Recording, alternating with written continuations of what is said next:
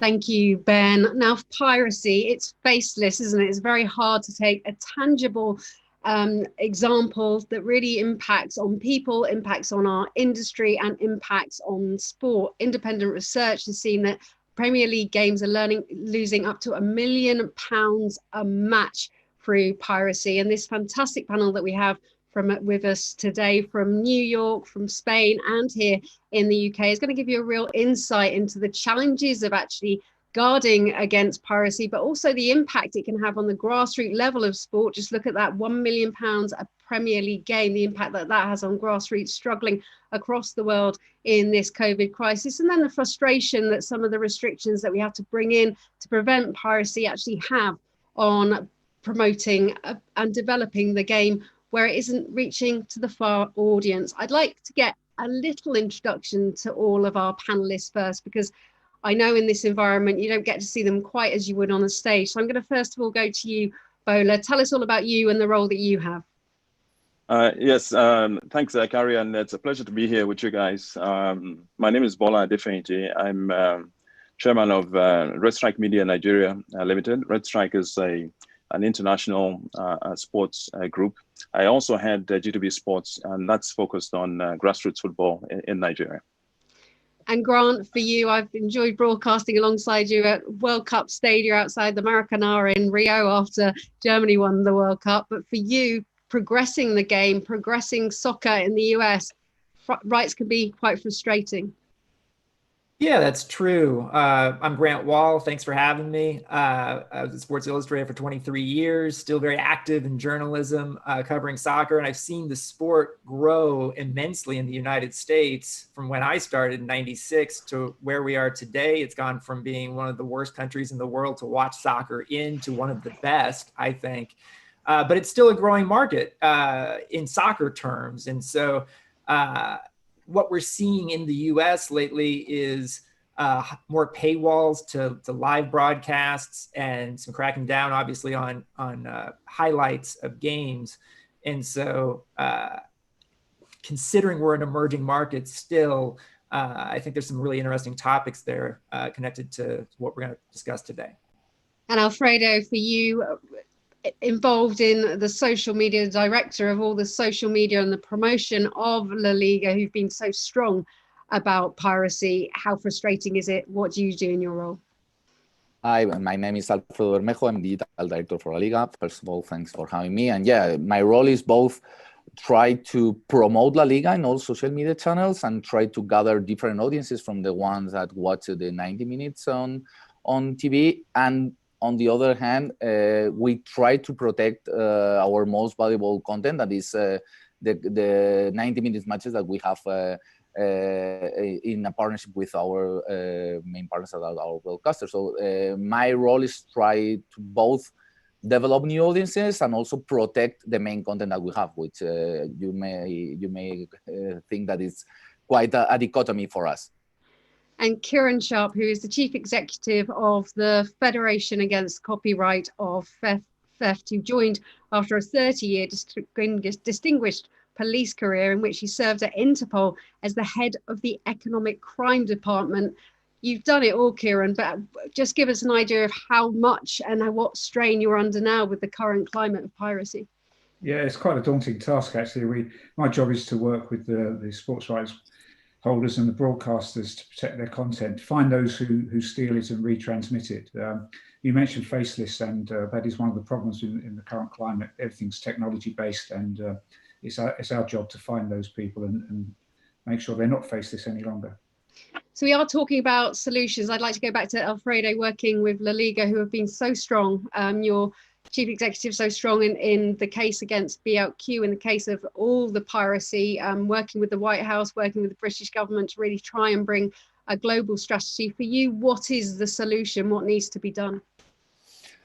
I mean, to us, the approach has been to have like no a position like totally against piracy, like no consent at any point. But also we think it's quite important to work with all the players in the industry and the ecosystem. So being against social media as a whole, it doesn't make sense. We need to work together with with all the key players in the industry and try to create sustainable business models for all of us. To me, one of the best examples is what happened in music industry in the last 10, 15 years. Piracy was a huge issue there. It affected to all of them and all the players in that industry, from artists to musicians to record labels and social media platforms. And they develop an ecosystem where they can protect the rights and exploit them in an industrial way. And that's the approach that we think we may have. We all involved in this ecosystem, we need to consider that protecting our rights is really important, but try to gather a way to make it profitable and workable for all the parties involved. I think by being close to all the stakeholders in the football industry is the way that we can find a better solution to the issue. I think that it makes sense to go to Kieran. How far away are we from being able to instigate that Napster control, that worldwide government? I think that seems to be the one hidden issue on this, is really getting to grips with the global domination, the global regulation. How far away are we from that? Yeah, I don't think that was a moment in time. I think it's a good analogy and it's something to aim for. I'm not sure that it really fits the way we are now with the technological changes and so on. I think it's right to say that we've got to look for the solutions, but there is no one solution. There's lots of different things that need to be done. We work closely with the Premier League and the broadcasters, and they do an awful lot and search for all sorts of ways with us to counteract the problem, even through to the final sanctions of criminal prosecution, and where we've shown some remarkable results in the last few years of lengthy terms of imprisonment for those behind these kind of offences. So there's that. It's not one solution. When you start it, you've got to keep doing it. You've got to be relentless, and you've got to go after them. And you can't just do something and tick the box and move on. That doesn't work either. So I think there are important points about how we can make a success against those who are stealing the content. Is there a chance for global regulation? What needs to happen for that to take place? You mentioned I was at Interpol. I mean, it was quite a long time ago now, but global regulation in any area is difficult. We work across many different countries with our partners, and we have to work within the applicable laws, and some work better than others, and some work in different spheres than others. I just can't see enough people being able to come together to make that global regulation happen. But there are certain things that do work, and for instance, blocking orders in the European Union. So all the countries of the European Union have legislation which allows you to apply to a court and have the ISPs block certain activities that people are making online. In particular with football, it's about blocking live transmissions of football.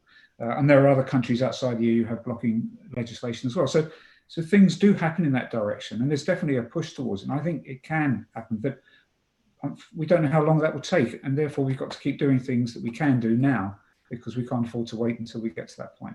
And other watermarking is another strategy that's being used, blocking down servers, and social media, I think, as well. That's something Alfredo believes, that now that Facebook and many of the social media platforms that used to be the places where people would put up illegal content are now selling licenses, they're now taking it more seriously and controlling and regulating more.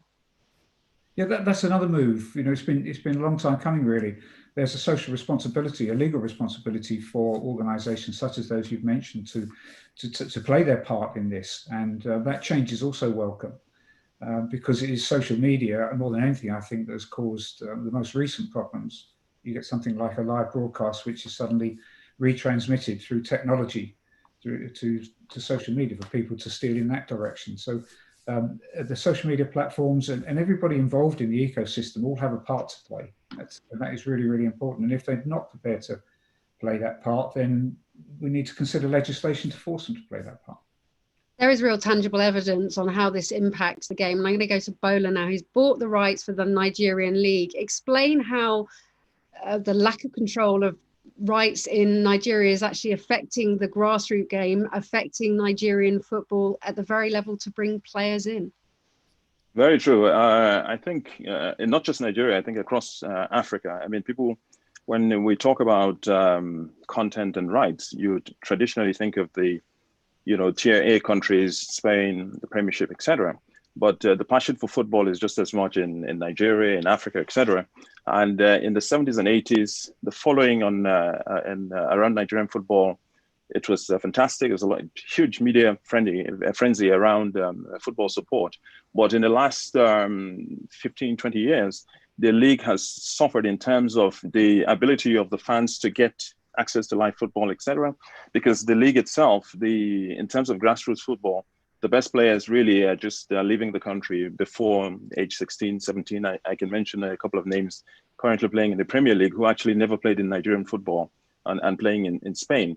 And what we've done is taken the view that sort of following around the trends, acquire the commercial rights and build a brand and build interest back into the Nigerian league, but not just from the commercial side, but also for the impact on grassroots football.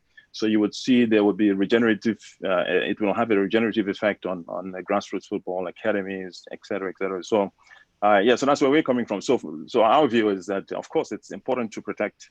Is it possible to protect? It must be protected, because I think the impact of, I was reading some crazy numbers on the development of the Premier League and LaLiga over the last 15 or 20 years.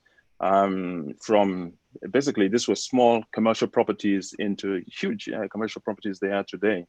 But also, interestingly, it has led to lots of innovation. Even the VAR, Opta, and various things like that would not have happened if these properties had not been developed into such valuable commercial properties.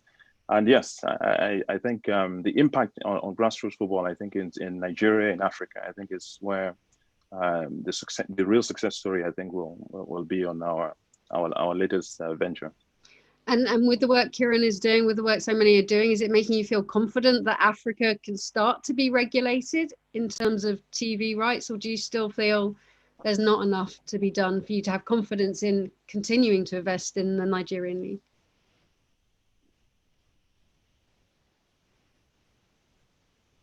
Can you hear me? Have I lost you? I think so. I'm going to cut to Grant, can you hear me, Grant, crucially? Yes. Great. Yes. We were coming to you next anyway, because this is talking about developing a game, and we all know what you have done to develop soccer in the USA. As you say, it is a prime market now, a really exciting market, watching with great interest. I know that beIN Sports in the US took up some rights which NBC grabbed from us. We were very disappointed because the market is so good there and so strong. But you do get frustrated in trying to have that global conversation due to geo-blocking, don't you?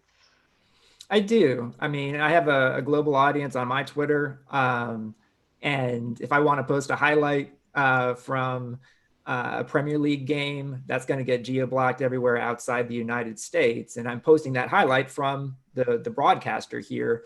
I think there's a difference, obviously, between piracy of live games, which no responsible person supports, and the use of highlights. And it's very interesting to me to see the differing policies that leagues like the NBA have had. Their commissioner, Adam Silver, has basically said, post as many NBA highlights as you want on YouTube and social media, and that's marketing for us. We don't view that as piracy. Whereas the NFL, for example, will try and shut down the posting of NFL highlights on Twitter, so and other social media platforms. So I happen to think there's millions and millions of more potential soccer fans to be created in the United States. And so I do think when it comes to the posting of highlights on social media, I wish it was a bit more permissive and the leagues looked at it more as marketing that helps them than as something that takes away from what they're trying to achieve. And, we're seeing a lot of paywalls here to content in the United States, including live games. And literally right now, the Premier League in English on NBC, the best games last weekend were all behind a completely new paywall, in addition to what people are already paying for their cable service for half of the games. So I think that might also encourage the piracy of watching live games now, because I have so many followers on social media who are like, look, I I can't pay another $60 a year when there's so many services out there right now to watch some of the Premier League games. And so I'm going to be encouraged now to try and find a pirated stream. I want to pick up on one point that you mentioned there and come back to the cost of TV rights and watching A-League, because it's astronomical here in the UK, in a moment. But I want to go to Alfredo on LaLiga and your digital strategy, because you still want to grow your audience, as magnificent as it already is. So you've actually found ways to give out live highlights and give out material to players to share. Tell us more about that. Yeah, and I absolutely agree with one thing that Grant mentioned, and it's the NBA take on how you use content to promote your competition. So I totally will differentiate what is our main content. 90-minute broadcast is highly valuable, and we fight to protect it at any cost in any different platform. But on the other hand, there are a lot of content out there. Users, they are not just being hit by linear TV content. They receive many impacts, and it's about being relevant and being relevant for audiences in certain territories where they may football may be their fifth or sixth choice. So to us, it's really important to have snackable pieces of content like highlights, near live highlights that we can share and create awareness about La Liga, but also about where to watch La Liga. And that's what we've been doing for the last 2 years, trying to work with our main partners and our broadcasters in terms of being able to generate that content, being distributed by them, by us, and also by who we consider are some of our main prescriptors in certain territories, that are the players, and try to being able to generate that awareness. For example, in India, we distribute our content through Facebook, and there we work with 2 La Liga legends like Casillas and Iniesta, and they distribute those matches in India through their Facebook channel. So at the end of the day, is trying to find a way to generate different audiences that gather together into the main La Liga audience. But completely shutting down every single content in those social media platforms, I think wouldn't add value at all to the main issue, that is piracy. I think it's better to try to work against those that are damaging the main content, but also being able to promote the brand, the competition, and also the way where you can watch it legally through those platforms. And Grant, we're talking about the money and the finance and how much it can cost just to follow one league. I know here in the UK, as an example, you need to subscribe to Sky, to BT, and to Amazon to watch a whole Premier League season. In America now, that's changing for NBC. It's different all around the world. We were talking ahead of this, and you actually came up with what you think could be a strategy, not quite a Netflix of football, but one port of call for subscriptions for fans to go to and engage once. Yeah, I think consumers here in the United States are getting a little frustrated right now with how many different subscription services they have to buy if they want to watch. Like if you're a Liverpool fan, you're going to have to get something that shows Premier League, FA Cup, Champions League. Those are all completely different subscriptions. And so I just wish there was something like you could have one channel to subscribe to called All the Soccer. And that would be a way then for maybe sub-licensing deals to get done so that you can make it simpler for fans here to see the sport. Now, I totally understand we have a bit of a luxury here in the US because compared to Britain, we do pay less than you do to watch soccer. We're also an emerging market where I think it's a very different situation than it is over in the UK. So I recognizing that still we see the costs going up, the number of subscriptions needed coming up. And I've seen studies say that once you get beyond 3 or 4 subscription services, people start to have fatigue on that one. And so I just wish it was simplified and would love to see somebody work out a sub-licensing deal so that all the rights holders get paid, but consumers can just subscribe to one thing called All the Soccer and see whatever they want. And for Bola, maybe in a sense that could be a website, just a port of call somewhere where people pay the amount they have to pay, but it's a subscription. But that also, if they go to subscribe to LaLiga, to Sky, there they see the Nigerian rights are available too. In terms of emerging markets, could it be a way to support your guys? Ideally, that would be the case, but I think certainly from our own sort of small pocket in Nigeria where we have our rights, yes, it's pretty much the whole league will be on a platform. I mean, this is we're screening live games via OTT, so we can have a broader audience beyond the borders of Nigeria. But yes, I would I guess in the ideal world, Grant, I'm a football fan myself, and I'm in the UK. I subscribe to both Sky and BT just to catch all the matches, a bit of German football, etc. But yes, ideally. But I think just sort of going back to our own experience and on the Nigerian side, I mean, we're just starting out. We signed out our deal, I think, about three weeks ago, and we launch at the end of October.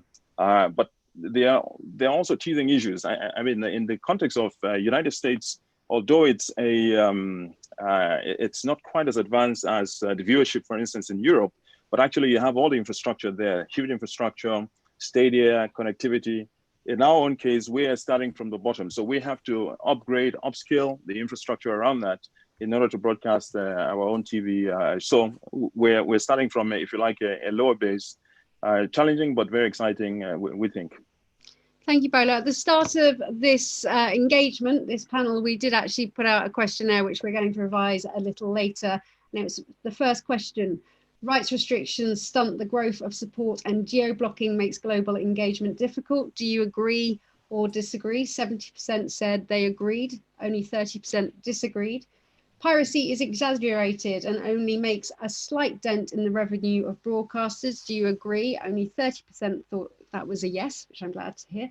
Only 70% said no. Piracy directly robs football of revenue. Global protection of intellectual property is essential. Do you agree? 74% said yes, 26% said no. And I want to put out a few questions to our audience. I'll probably put this one, I think, to Alfredo. If a player scores an incredible goal, should they not be allowed to share that content as freely as he likes with their audience globally? I'd like to say as freely as she or he likes with that audience globally. Well, I mean, and that's something that happened at LaLiga. They totally believe that they're entitled to do it, but the whole rights ecosystem is quite complex. I'd say yes and no. I mean, they are not entitled as the goal belongs to the whole rights package that it's being sold to other partners worldwide. I think it's beneficial that the player share it in a proper way, where he creates value for both his team, LaLiga, and the main partner and broadcaster that is putting that match up live in that region. What happened in the past to us is that sometimes they share the goal, but from an illegal source. So what we are trying to do is to work together with the players.